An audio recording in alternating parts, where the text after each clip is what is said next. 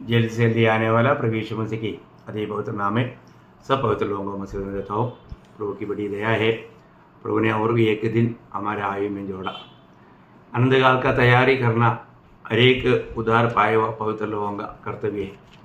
आज भी प्रभु ने उस तैयारी में वापस हमें प्रभु का वचन सुनने के लिए, सीखने के लिए अवसर दिया। बहुत बहुमूल्य अवसर है। मैं आपको बताना चाहता हूँ, जब तक अगर हमें ये सुसमाचार सुन कर के विश्वास नहीं आएगा तो हमारा उद्धार ही नहीं होगा। आपको सबको मालूम है। इसके लिए उस विश्वास के आधार वचन, ये वचन को हमें नम्रता से ग्रहण करना, क्योंकि हम लोग ये दिनों में अपना प्राण का उद्धार, सोल का साल्वेशन है ना, अपना जीवन का उद्धार, उसका बारे में हम लोग सीख रहे हैं। वो कैसे होगा उसका बारे में हमने माला पिछला 12वीं जो पढ़ा हुआ एक शब्द में वापस यादगारी के लिए पढ़ाना चाहूँगा। याकूब पहला अध्याय का 21 वचन। इसलिए सारी मलिनता और बैरभाव की बढ़ती को दूर करके उस वचन को नम्रता से ग्रहण कर लो जो हृदय में बोया गया और तुम्हारे प्राणों का उद्धार कर सकता है। देखा, हमारा प्राण का उद्धार कर सकता है। क्या कर सकता? प्रभु का वचन। अभी ये बहुत ही बड़ी बात है। आज बहुत से लोगों को प्रभु का वचन के साथ एक सच्चा नाता नहीं। प्रभु का वचन बहुत लोग चाहता ही नहीं, क्योंकि मीका 2:7 में लिखा है, सीधे लोगों के लिए मेरा वचन अच्छा है। जो सीधा जीवन नहीं बिताना चाहता उनको ये वचन अच्छा नहीं लगता। बहुत बड़ी बात है। हमारे जीवन में आज प्रभु का वचन के प्रति मुझको भूख और प्यास है क्या? क्योंकि आपको मालूम है, हमारा आत्मा का उद्धार भी हम विश्वास के द्वारा पाया। विश्वास के द्वारा बोलेगा तो अनुग्रह से। आपको सबको याद है, मतलब एफेसियों 2 अध्याय का 8 वचन, बहुत अनोखा वचन है। क्योंकि विश्वास के द्वारा अनुग्रह ही से तुम्हारा उद्धार हुआ है। देखा, विश्वास के द्वारा अनुग्रह से, मतलब हम पर प्रभु का अनुग्रह हुआ। वो अनुग्रह हमने स्वीकारा विश्वास के द्वारा। देखो, बहुत बड़ी बात है। हमने अपनाने के लिए क्या किया? विश्वास किया। तो हमने सुना हुआ वचन को हमने विश्वास के द्वारा अपनाया। विश्वास। अभी यहाँ पर एक बात मैं आपको बताना चाहता हूँ। आज बहुत लोग बोलते हैं हम भी विश्वास करता है, हम भी प्रभु यीशु मसीह पर विश्वास करता है, परंतु उनका जीवन में प्रभु का बात मानने वाला गुण नहीं। एक व्यक्ति विश्वास करता है करके कहना बहुत अच्छी बात है, परंतु वो विश्वास एक जिंदा विश्वास है कि नहीं, कैसे मालूम? है ना, उसमें उसके अनुसार का काम होगा। आपको मालूम है, याकूब उसका पहला अध्याय का 17 वचन में, क्योंकि हर एक कच्चा वरदान और हर एक का 17, क्योंकि हर एक कच्चा वरदान 2 का 17 सॉरी, दूसरा अध्याय का 17। वैसे ही विश्वास भी यदि कर्म सहित न हो, मैंने गलत रेफरेंस गलत बोला। दूसरा अध्याय का 17 वचन, वापस पढ़ना। वैसे ही विश्वास भी यदि कर्म सहित न हो तो अपने स्वभाव में मरा हुआ है। हाँ, देखा, इसका मतलब आज बहुत लोगों का विश्वास कैसा विश्वास है? मरा हुआ विश्वास है। मतलब उसमें कृत्य नहीं। हम लोग कोई भी कृत्य करके उद्धार नहीं पाया। ये बात मैं आपको बार बार बताता हूँ। ये तो बिल्कुल विश्वास के द्वारा हमने पाया, उसमें कोई काम आधार नहीं, प्रभु का अनुग्रह से मिला है। परंतु हमारा आगे प्राण के उद्धार के लिए हमें विश्वास का कार्य करना है। विश्वास के साथ मिलकर के जाने वाला बात है आज्ञाकारिता। अगर हम विश्वास करेगा तो आज्ञा भी मानेगा। आपको याद होगा, मतलब रोमियो का पत्री में उसका पहला अध्याय है, उसका 6 वचन में प्रेरित पौलुस ये दोनों मिला करके बोलता है, कारण सब जातियों के लोग विश्वास करके उसकी माने। 5 में है आपका, उसमें 5 में होगा। उसके द्वारा हमें अनुग्रह और प्रेरित मिली कि उसके नाम के कारण सब जातियों के लोग विश्वास करके उसकी माने। हाँ, विश्वास करके उसकी माने पड़ेगा। तो विश्वास है तो मानेगा बोले तो आज्ञाकारिता में रहेगा। उसका मतलब वही बात को उसका 16 अध्याय का 24 वचन पढ़ना। सेम ऐसे ही शब्द वहाँ पर विश्वास जहाँ पर है वहाँ पर आज्ञाकारिता है। कि वे विश्वास से आज्ञा मानने वाले हो जाए। हाँ देखा, विश्वास से आज्ञा मानने वाला हो जाए। 26 का लास्ट है 26 का लास्ट है। हाँ, विश्वास से आज्ञा मानने वाला हो जाए। मैं मलयालम का रेफरेंस से बोला, सॉरी, कोई बात नहीं। तो सबसे बड़ी बात यहाँ पर मतलब हमको ये बात को जानना है कि मतलब विश्वास है तो वहाँ पर आज्ञा मानना, और आज्ञा नहीं मानता तो विश्वास जिंदा विश्वास नहीं करके याकूब कहा था। तो विश्वास है तो वहाँ पर आज्ञाकारिता है करके पौलुस भी कहा था। तो हमारे जीवन में अभी आपको मालूम है एक समय में हम लोग विश्वासी बोलने पर भी हम लोग बात को नहीं मानता था, क्योंकि उस समय में हमारे में काम करने वाला आत्मा वो आज्ञा ना मानने वाला आत्मा था। उसके बारे में जब हम एफेसियों का पत्री उसका 2 अध्याय का 2-3 वचन पढ़ना, एफेसियों 2 अध्याय का 2-3। इनमें हम भी सब के सब पहले अपने शरीर की लालसाओं में दिन बिताते थे और शरीर और मन की इच्छाएं पूरी करते थे और अन्य लोगों के समान स्वभाव ही से क्रोध की संतान थे। परंतु परमेश्वर ने जो दया का धनी है अपने उस बड़े प्रेम के कारण जिससे उसने हमसे प्रेम किया, जब हम अपराधों के कारण मरे हुए थे तो हमें मसीह के साथ जिलाया, अनुग्रह ही से तुम्हारा उद्धार हुआ है। और बहुत आगे गया, लेकिन वहाँ पर हमारे में आज्ञा ना मानने वाला आत्मा का हम अधीन थे, ऐसा एक प्रयोग है। मतलब उसका दूसरा शब्द में आना चाहिए, जिसमें तुम पहले इस संसार की रीति पर और आकाश के हकीम के अधिकार के हकीम अर्थात उस आत्मा के अनुसार चलते थे जो अब भी आज्ञा न मानने वालों में कार्य करता है। अभी भी आज्ञा ना मानने वालों में काम करता, मतलब अभी भी बहुत लोग विश्वासी कहता है परंतु आज्ञा नहीं मानते। आज्ञा नहीं मानना बोलेगा तो वो विश्वास एक सच्चा विश्वास नहीं।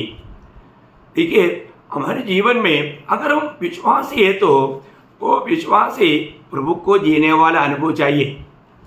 पौलुस प्रभु का उनका खुद का अनुभव में ये शब्द बहुत अच्छा रीति में बताता है ना। जब पहला तिमोथी उसका पहला अध्याय उसका 13 वचन पढ़ना, पहला तिमोथी पहला अध्याय उसका 13 वचन।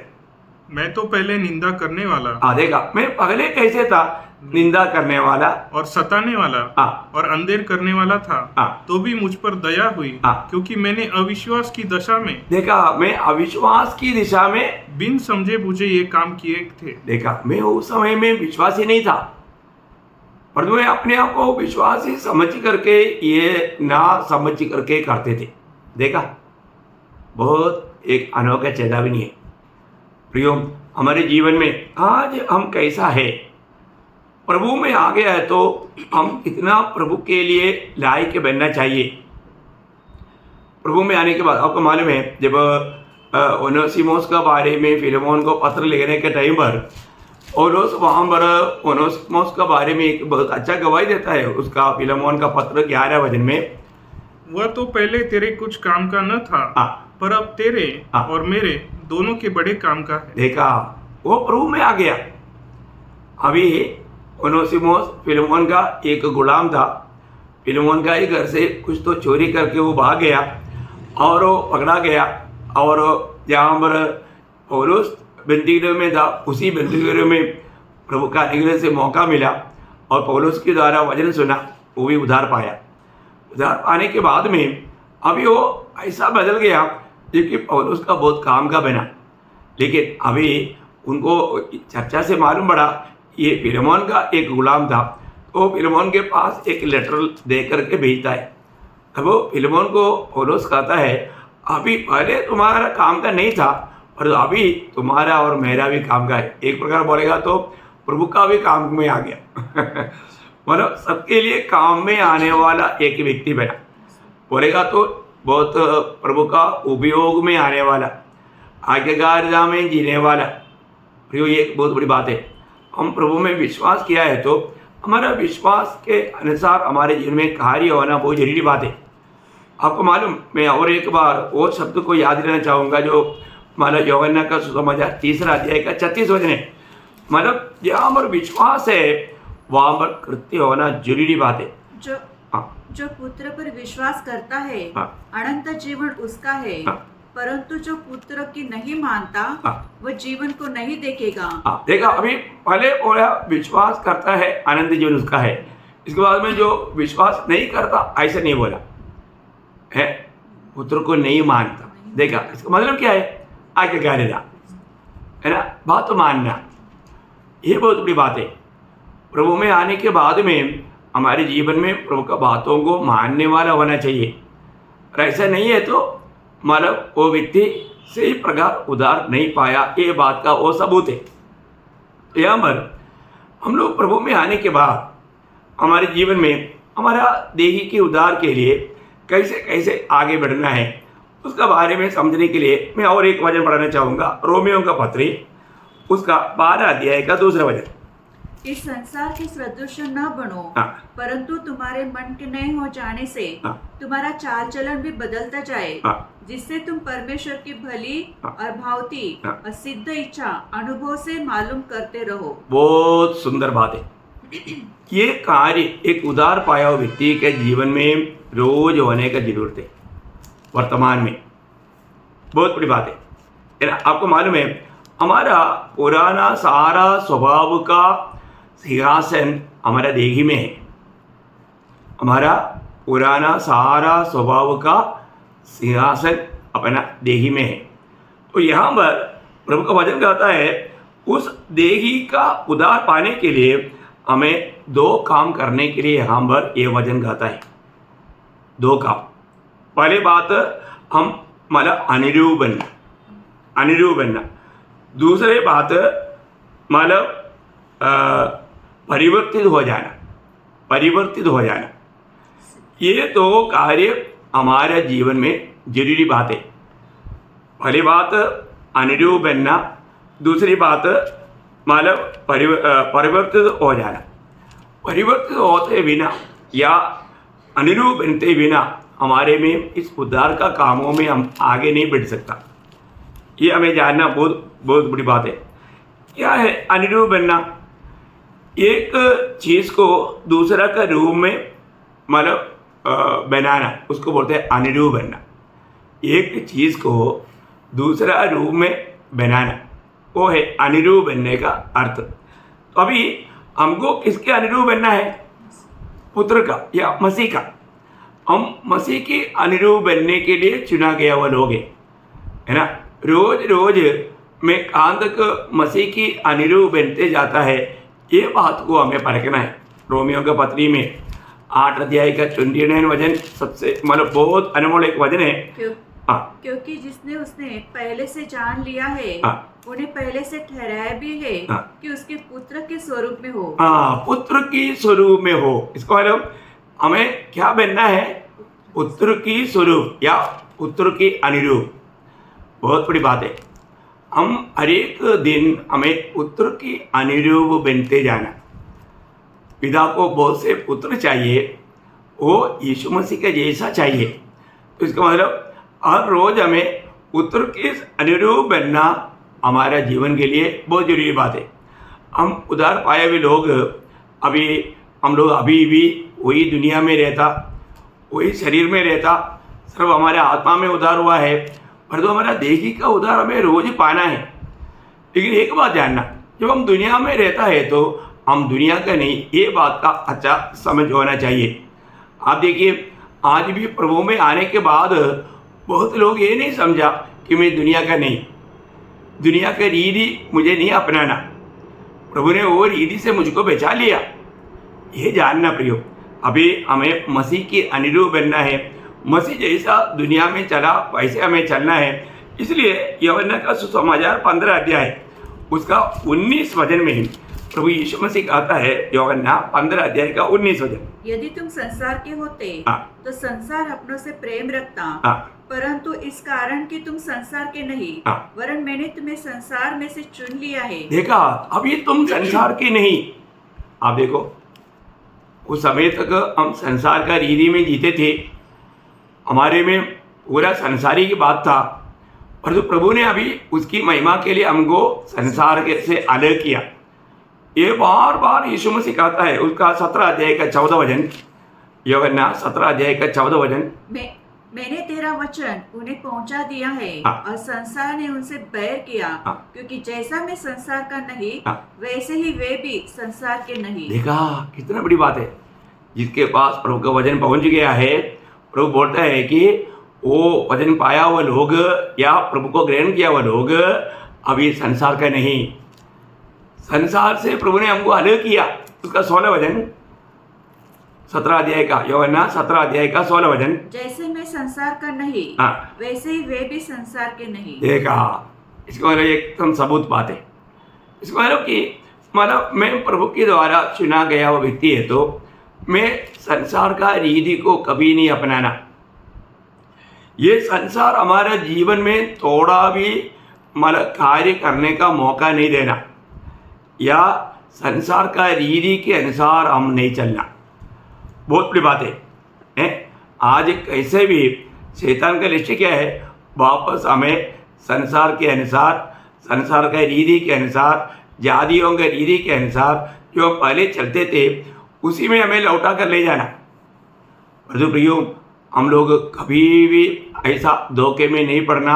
हमेशा हमें ये बात को याद रखना है, मैं अभी संसार का नहीं, मेरा जीवन अभी संसार का रीति का नहीं, मुझे अभी मसीह के पीछे चलना है, मसीह के अनुरूप बनना है।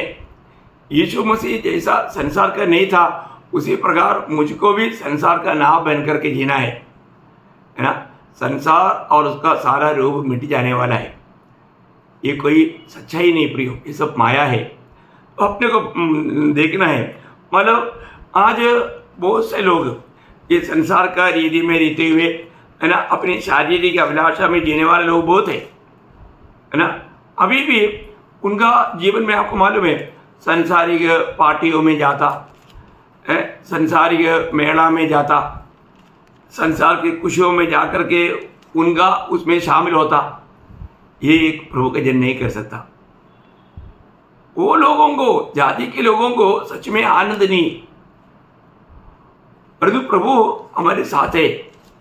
जहाँ पर राजा है वहाँ पर हमेशा जय जयकार है, या खुशी है, आनंद है। हम प्रभु के साथ जीवन बिताने वाले लोग हैं। परंतु हम भी मतलब जो प्रभु को नहीं जानता उनकी जैसा, उनको कभी कभी वो लोग खुशी के लिए त्यौहार मनाता, पर्व मनाता है, कुछ मेला चलाता, पिकनिक करता है। इसी प्रकार का बातों में अगर प्रभु के लोग भी अगर उसमें शामिल होने के लिए अगर जाए, तो वापस हम संसार का बनते जा रहे हैं। हमारे जीवन में जिस रीति में हम प्रभु का अनुरूप बनना चाहिए, वो अनुरूपता हमको नष्ट हो जाता। दूसरी बात हम यहाँ पर क्या देखता, रूपांतर होना। हमने वही मतलब रोमियो 12 अध्याय का 2 वचन में हमने क्या पढ़ा, वापस एक बार पढ़ना। इस संसार के सदृश न बनो, परंतु तुम्हारे मन के नए हो जाने से, तुम्हारे मन की नए हो जाने से तुम्हारा चाल चलन भी बदलता जाए। देखिए, हमारा मन नया बनते जाता है, परिवर्तित हो जाता है, इसलिए हमारा चाल चलन भी बदलते जाता। मतलब हमारे जीवन में मेरा मन नया होते जा रहा है कि नहीं, इसका मतलब मन कब नया होगा, हम प्रभु का सत्य उपदेश को थामा रहेगा तो, प्रभु का सत्य वचन को थामा रहेगा तो। जब तक हम प्रभु का वचन को थामा नहीं रहेगा, हम उस रूप में बदलेगा नहीं।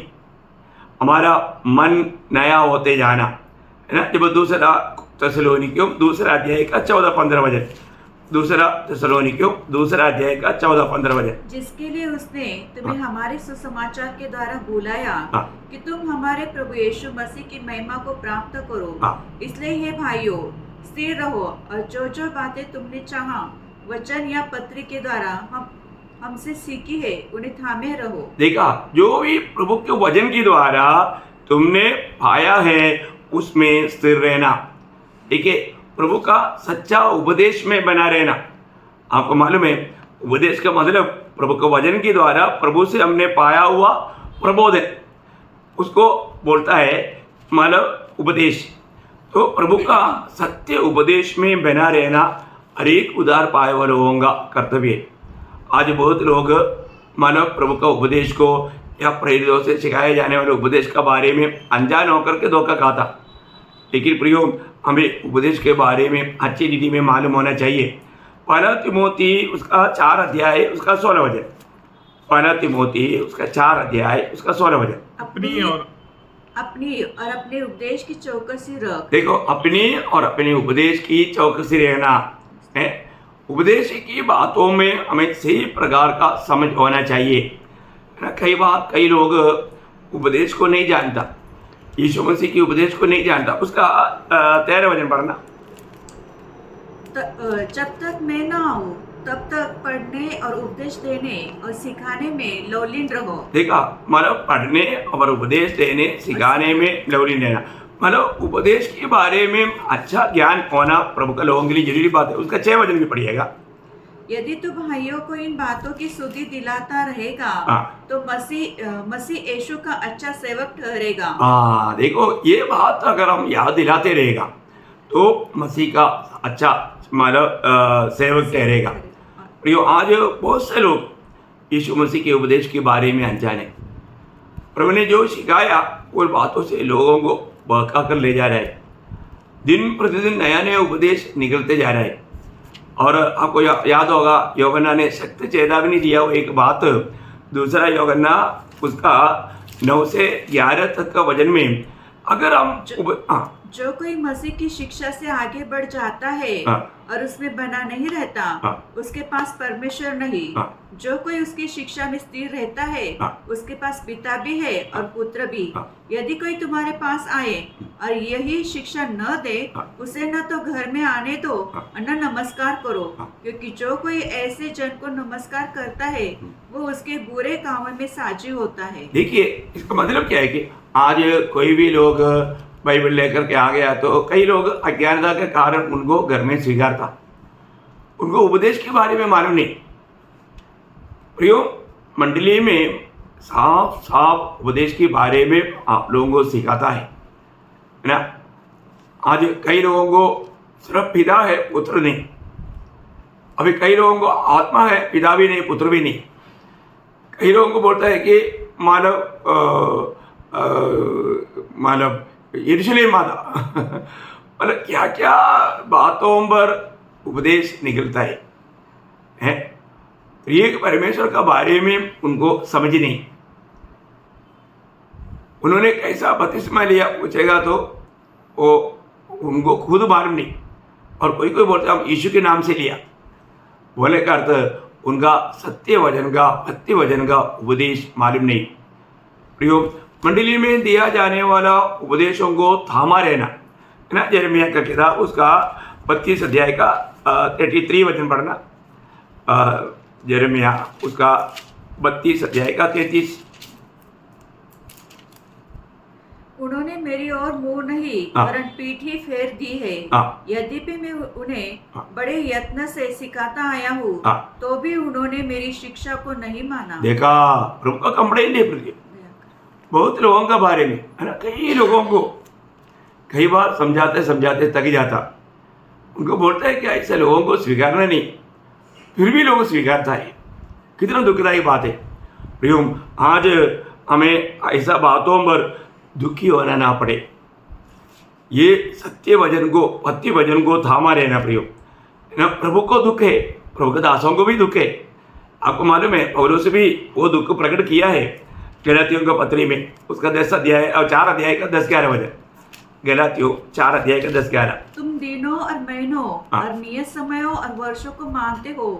मैं तुम्हारे विषय में डरता हूँ कहीं ऐसा न हो कि जो परिश्रम मैंने तुम्हारे लिए किया है व्यर्थ ठहरे। देखा, क्योंकि अगर इस रीति में अगर आप मानव महीना मानते हैं, दिन मानते हैं, मतलब ऐसे ऐसे कुछ बातों में गिर जाते हो या पर्वों को मानते हैं, तो ऐसा लोग पौलुस बोलता है मेरा परिश्रम तूने व्यर्थ किया। हे भाइयों, मैं तुमसे विनती करता हूँ तुम मेरे समान हो जाओ क्योंकि मैं भी तुम्हारे समान हो गया हूँ। देखो, बहुत बड़ा चेतावनी है प्रियो। हमारे जीवन में प्रभु में पवित्र लोग सेवक लोग जो मेहनत किया वो बात को व्यर्थ ना होने देना है ना। कोलोसियों का पत्री में उसका 2 अध्याय का 16-17 वचन। कोलोसियों उसका दूसरा अध्याय का 16-17 वचन। इसलिए खाने पीने या पर्व या नए चांद हाँ। या शपथ के विषय में तुम्हारा कोई फैसला न करे, हाँ। क्योंकि ये सब आने वाली बातें की छाया है, हाँ। पर मूल वस्तु एक मसीह की है। हाँ, बोलेगा तो ये सब यीशु मसीह की छाया थे। अभी छाया का बात यीशु मसीह आ गया है तो वो बात पूर्ण हो गया। अभी भी वो छाया में जाकर के, उस आचरणों में जाकर के धोखा नहीं खाना। आपको मालूम है कई लोग ऐसे आता है, हम नहीं सबत का दिन मानना है, प्रभु ने आज्ञा दिया है। प्रियो, सबत का दिन मानने के लिए प्रभु ने नया नियम की मंडली को नहीं बताया। किसके लिए दिया? इस्राएल को। वो एक शब्द पढ़ करके मैं आज का ये संदेश अभी यहाँ पर समाप्त करूँगा। बहुत ध्यान से सुनना। जब निर्गमन का किताब उसका 31 अध्याय उसका 16-17 वचन, निर्गमन उसका 31 अध्याय का 16-17 वचन। इसलिए इस्राएली विश्राम दिन को माना करे। कौन? इस्राएली। देखा, इसलिए इस्राएली विश्राम के दिन को माना करे, वरन पीढ़ी पीढ़ी में उनको सदा की वाचा का विषय जानकर माना करे। हाँ, पीढ़ी इस्राएल के लोगों के लिए पीढ़ी पीढ़ी के लिए प्रभु ने दिया हुआ व्यवस्था है। हाँ, वह मेरे और इस्राएल के बीच सदा एक चिन्ह रहेगा। हाँ। क्योंकि 6 दिन यहोवा ने आकाश और पृथ्वी को बनाया, हाँ। और 7वें दिन विश्राम करके हाँ। अपना जी ठंडा किया। हाँ, तो उसका मतलब बोलने का अर्थ क्या है प्रियो? हमारे जीवन में हमको मतलब सबत का दिन का मतलब आचरण वो नए नियम का मंडली के लिए नहीं है, इस्राएल के लिए सिर्फ दिया गया था। तो बोलने का अर्थ, अगर हम उपदेश के विषय में अगर ठीक से नहीं जानेगा तो है ना, मतलब हम लोग धोखा खाएगा।